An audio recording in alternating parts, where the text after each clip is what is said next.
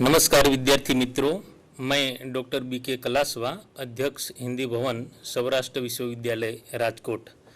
मेरे परम मित्र डॉक्टर शैलेश भाई मेहता भी मेरे साथ उपस्थित हुए हैं। मैं बाइसेक स्टूडियो में आप सभी का स्वागत करता हूं। विद्यार्थी मित्रों, हम जानते हैं कि भाई और बहन के पवित्र बंधन का त्यौहार हम मना चुके हैं और विशेष रूप से हम अग्रिम आपको शुभकामनाएं देने चाहते हैं कि जन्माष्टमी के कृष्ण जन्मोत्सव के संदर्भ में जो हम जन्मोत्सव मनाने जा रहे हैं, तो उस जन्मोत्सव के संदर्भ में आप सभी को अग्रिम शुभकामनाएं देते हुए मैं आज भारतीय काव्य शास्त्र पर विशेष चर्चा करना चाहूँगा। भारतीय काव्य शास्त्र के अंतर्गत जो रस सिद्धांत की स्थापना हुई है, उस रस सिद्धांत पर विशेष रूप से चर्चा विमर्श करने के लिए आज स्टूडियो में हम दोनों अध्यापक मित्र उपस्थित हुए हैं।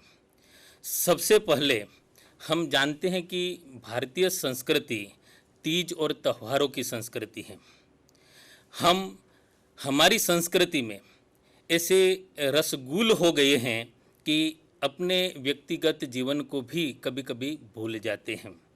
जन्म से लेकर मृत्यु तक के बीच की अवधि को भूलना मनुष्य जीवन को रसमय बनाना है। वैसे अलग अलग प्रकार से बहुत सारे जगहों पर हम रस शब्द की विवेचना करते आए हैं। कभी हम पदार्थों को जब देखते हैं तो ये पदार्थ भी कोई अच्छा पदार्थ है तो हम कहते हैं कि रसयुक्त है। कभी अच्छी कोई काव्य पंक्ति है तो हम कहते हैं कि ये रसयुक्त है, अच्छी पंक्ति है। तो सबसे पहले हम ये रस शब्द, जैसा कि हम जानते हैं कि किसी भी शब्द को हम विशेष रूप से समझने के लिए दो रूपों से हम परिभाषित करते हैं। एक प्रस्तुत शब्द का अर्थ और दूसरा प्रस्तुत शब्द का हम पारिभाषिक अर्थ प्रस्तुत करते हैं। सबसे पहले आप स्लाइड में देख सकते हैं कि रस शब्द मूलतः किस रूप में प्रयोग हुआ है। रस का शाब्दिक अर्थ आस्वाद होता है। व्याकरण के अनुसार रस शब्द की व्युत्पत्ति रस्यते इति रसः, जो आस्वादित किया जाए वही रस है। आयुर्वेद में रस शब्द औषधि के अर्थ में प्रयुक्त हुआ है।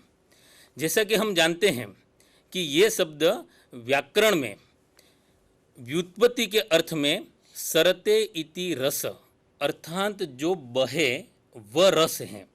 वैदिक संहिता में रस का अर्थ जल होता है और उपनिषदों में रस ब्रह्मा या ब्रह्मानंद का वाचक होता है। उसी प्रकार रस की, जैसा कि हमने ये पारिभाषिक रूप में रस की उत्पत्ति को हमने देखा। रस शब्द में मूलतः जो 3-4 विशेषताएं जो रही हैं, ये विशेषता इस प्रकार की रही हैं कि रस में द्रव्यत्व होता है, रस में प्रवाह की प्रवृत्ति होती है, वह आस्वादक मूलक होता है। आगे जैसे हम देखते हैं कि रस का आरंभिक उद्घोष ऋग्वेद में रसो वे सह के साथ हुआ। ये सारी चीज़ें रस संप्रदाय के विकास के इतिहास को परिपुष्ट करती हैं। भारतीय काव्य शास्त्र में रस का विधिवत प्रारंभ आचार्य भरत के नाट्य शास्त्र से हुआ है। जैसा कि हम जानते हैं, आचार्य भरत जो हैं ये भारतीय काव्य शास्त्र के भीष्म पितामह हैं। भारतीय काव्य शास्त्र का विधिवत प्रारंभ आचार्य भरत से हम मानते हैं। आचार्य भरत ने भारतीय काव्य शास्त्र का प्रारंभ करते हुए सबसे पहले रस पर विस्तार से चर्चा की है। हम जानते हैं कि अपने नाट्य शास्त्र में ये रस पर विस्तार से चर्चा करते हुए रस पर गहन अभिव्यक्ति भी करते हैं।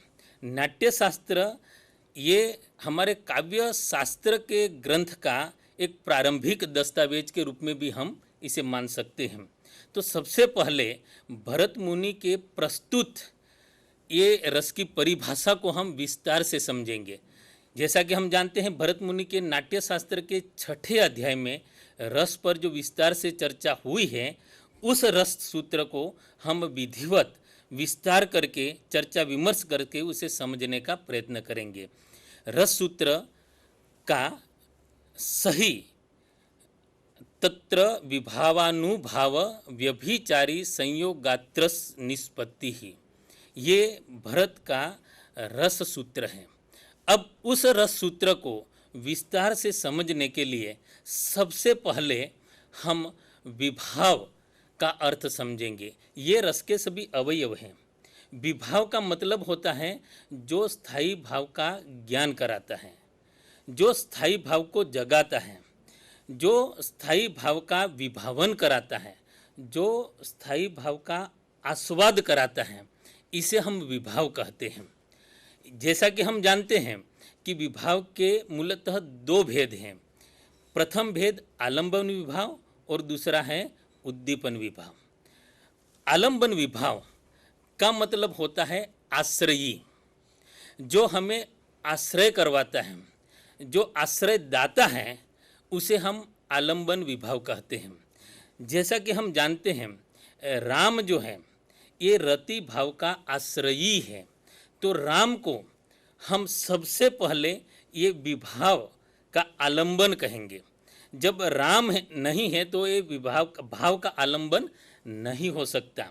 अब देखिए ये नायक के विविध प्रकार के एक गुण है, यानी कि प्रकार है नायक के। धीरोदात्त, धीर ललित, धीरोदत्त, धीर प्रशांत, धीर विवेकी।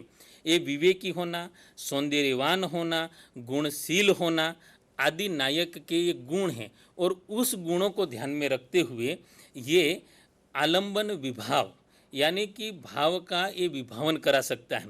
जैसा कि हम और एक उदाहरण आपको दें मित्रों की, जैसे हम कोई एक दृश्य देखते हैं कि फटे कपड़ों में बेहाल स्थिति में एक भिक्षुक जो दर दर भटकता हुआ ये हमारे सामने आता है, तो ये दर दर भटकते हुए भिखारी को हम देखते हैं तो हमारे भीतर पड़े हुए दुख को, ये शोक को ये जागृत करता है। ये भिखारी का जो दृश्य है ये दृश्य आलंबन विभाव है। ये दृश्य या तो हम ऐसे भी कह सकते हैं कि ये नायक जो है, नायक के भीतर या नायक की वजह से रति भाव का एक गुण जागृत होता है, भाव जागृत होता है, तो ये आलंबन विभाव कहते हैं।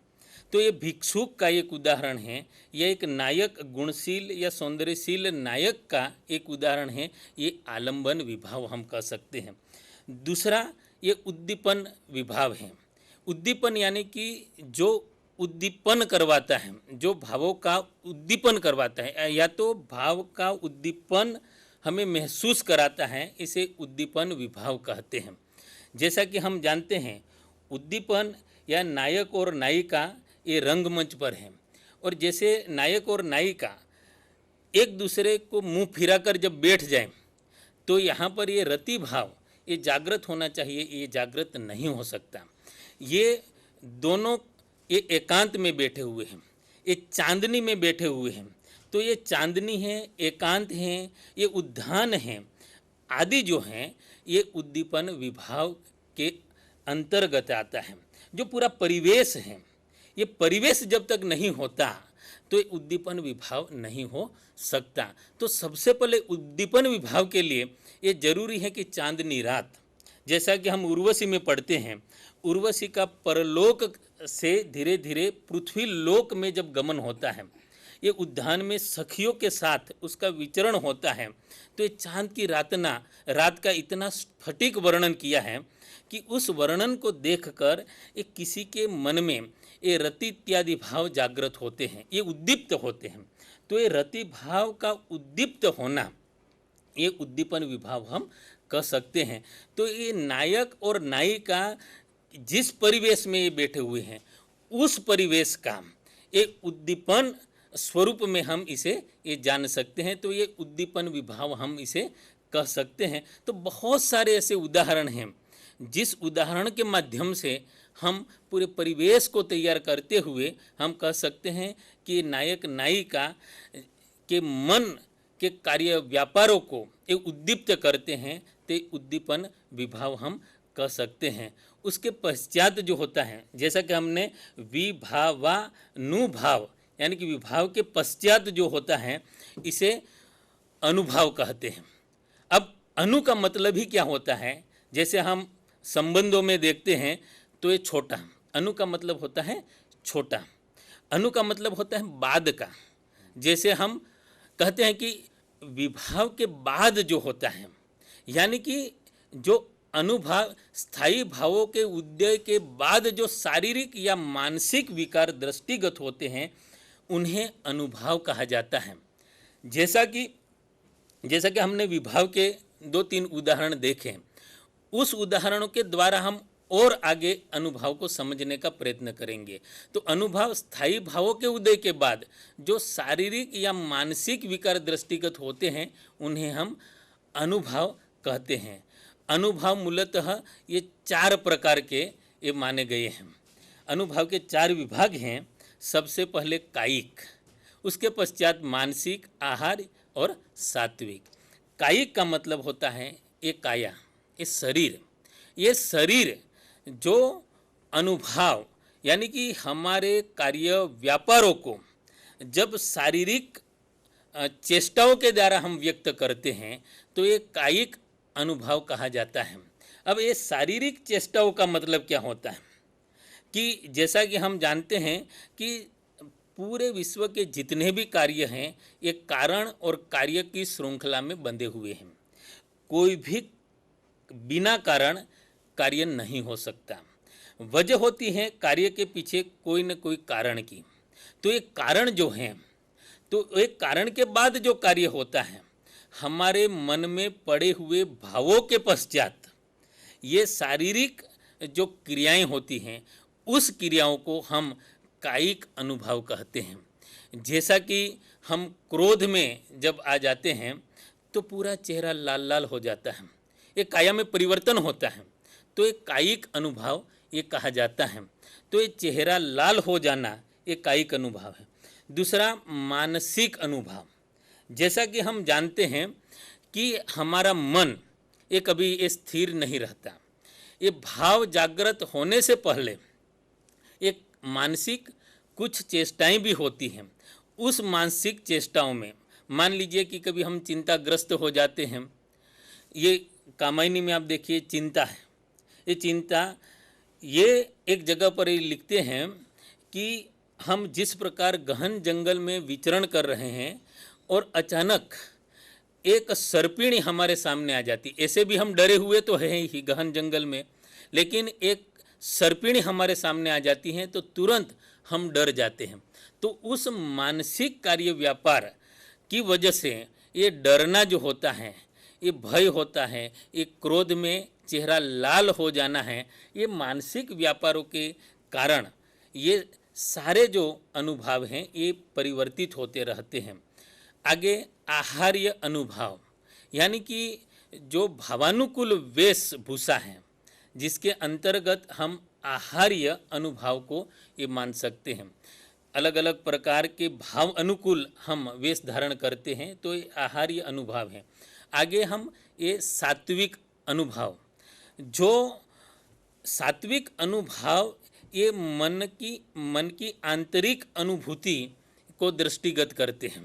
जैसे कंपन होता है, ये सात्विक अनुभव के अंतर्गत आता है। एक कंपन का होना, ये स्वेद कंपन आदि जो हैं, ये अनुभाव के आंतरिक भावों को ये प्रदर्शित करते हैं। तो इस प्रकार अनुभाव के ये 4 अलग अलग रूप हमारे सामने हैं। कायिक अनुभाव, मानसिक अनुभाव, आहार्य अनुभाव और ये सात्विक अनुभाव। इस प्रकार ये विभावानुभाव, संचारी, संयोगाद्र रस निष्पत्ति, विभाव, अनुभाव, व्यभिचारी भाव और संचारी भाव। आगे संचारी भाव को व्यभिचारी भाव भी कहा गया है। विभाव अनुभाव के द्वारा जो संचरण होता है, इसे सहयोगी भाव भी कहे जाते हैं। जो मूल भाव जो हैं, ये मूल स्थायी भाव जो हैं, उस स्थायी भावों के साथ साथ जो सहकर्मी भाव हैं, ऐसे सहकर्मी भावों की संख्या ऐसे 33 मानी है आचार्यों ने। तो 33 सहकर्मी भाव जैसे मूल भाव स्थायी भावों के साथ साथ चलते हैं, तो उसी प्रकार ये विभाव अनुभाव के संयोग से संचारी भाव का निर्माण होते हुए ये स्थायी भावों तक हम पहुंच सकते हैं। उसी प्रकार हमारे भारतीय आचार्यों ने जिस प्रकार हर एक रस का एक एक स्थायी भाव निरूपित किया है, आप उस स्थायी भावों को ध्यान में रखते हुए विविध प्रकार के जो उदाहरण आपके सामने हैं, उस उदाहरण को आप ध्यान में रखेंगे। सबसे पहले ये रस जो है, हम रस के विविध जो रूप हैं उस रूपों की हम चर्चा करेंगे। आगे हम देख सकते हैं कि ये भाव जो हैं, ये भाव रस में किस प्रकार परिणित होते हैं। आचार्य शुक्ल ने एक जगह पर एक काव्य की परिभाषा देते हुए कहा है कि जो हमारे मस्तिष्क की जो अंतिम परिणति है उसे हम ज्ञान दशा कहते हैं। उसी प्रकार जो हमारे हृदय की अंतिम परिणति है, जो मन की परिणति को हम अंतिम लक्ष्य को हम ज्ञान दशा कहते हैं, उसी प्रकार ये हृदय की अंतिम परिणति ये रस दशा है। और उस रस दशा के लिए जब हम वाणी विधान करते हैं तो एक कविता बनती है। साहित्य में जो रस जो होता है, अमुक विद्वानों ने उस पर विशेष चर्चा करते हुए कहा, अमुक विविध प्रकार के जो संप्रदाय के विद्वान लोग हैं, ये काव्य की आत्मा को अलग अलग रूप से मानते हैं। अलंकारवादियों ने काव्य की आत्मा को अलंकार माना, ये वक्रोक्तिवादियों ने काव्य की आत्मा वक्रोक्ति को माना, रीतिकारों ने ये रीति को माना। उसी प्रकार ये रसवादी, खास करके आचार्य भरत ने ये काव्य की आत्मा ये रस को माना है।